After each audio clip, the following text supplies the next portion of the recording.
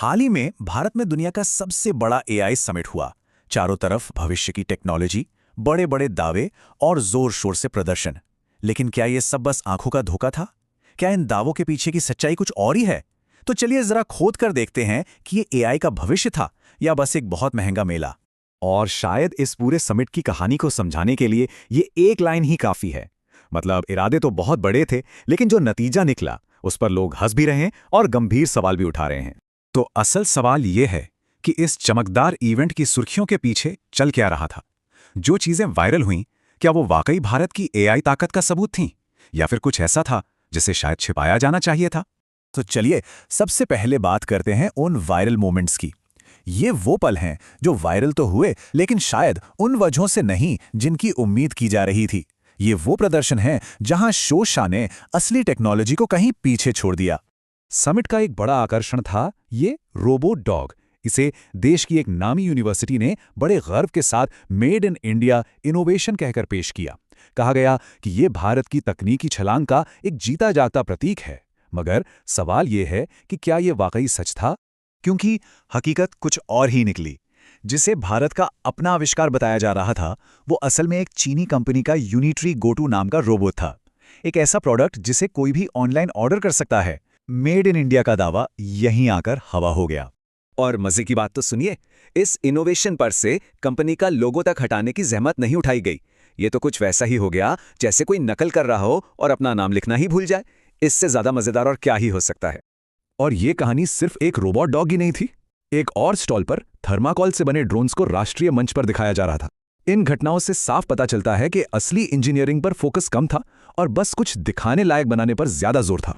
तो ये सब तो हो गया दिखावा, लेकिन इस चमक धमक और शोर शराबे के बीच एक बहुत जरूरी चीज, बल्कि यूं कहें कि एआई की आत्मा ही इस समिट से गायब थी। अब आगे बढ़ने से पहले एक छोटा सा टेक्निकल टर्म समझ लेते हैं। LLM ये है लार्ज लैंग्वेज मॉडल्स। आसान भाषा में कहें तो ये वो दिमागी इंजन है जो चैट जीपीटी जैसे एआई को सोचने, लिखने और बात करने की ताकत देते हैं। इनके बिना एआई बस एक खाली डिब्बा है। किसी ने इसकी तुलना क्या खूब की है student of the year film से। जैसे उस फिल्म के कॉलेज में स्टूडेंट्स पढ़ाई छोड़कर बाकी सब कुछ कर रहे थे, ठीक वैसा ही माहौल इस एआई समिट का भी था। मतलब सोचिए, रोबोट डांस कर रहे थे, ड्रोन्स उड़ रहे थे, बड़े बड़े भाषण दिए जा रहे थे, लेकिन विडंबना देखिए, एआई के इस सबसे बड़े मेले में भारत में अपने खुद के एआई इंजन यानी LLMs बनाने पर कोई ठोस बातचीत ही नहीं हुई। तो क्या इसका ये मतलब निकालें कि भारत में एआई के नाम पर सिर्फ यही सब चल रहा है?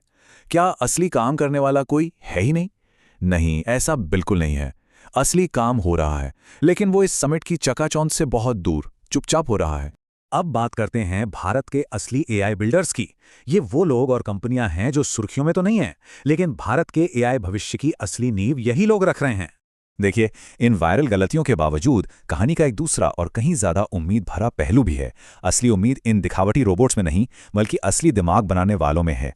तो मिलिए असली प्लेयर्स से। बैंगलोर की सर्वम एआई, मुंबई की फ्रैक्टल एआई और जेनेलोकस जैसी कंपनियां। ये वो नाम हैं जिन्हें याद रखना बहुत जरूरी है।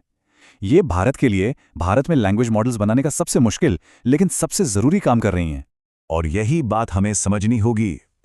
एआई की दुनिया में असली ताकत दूसरे देशों के बनाए मॉडल इस्तेमाल करने में नहीं, बल्कि खुद के मॉडल बनाने में है।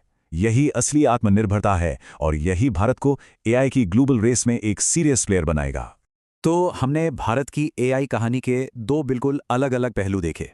एक तरफ है दिखावे का एक बड़ा सा मंच और दूसरी तरफ है खामोशी से हो रही असली क्रांति।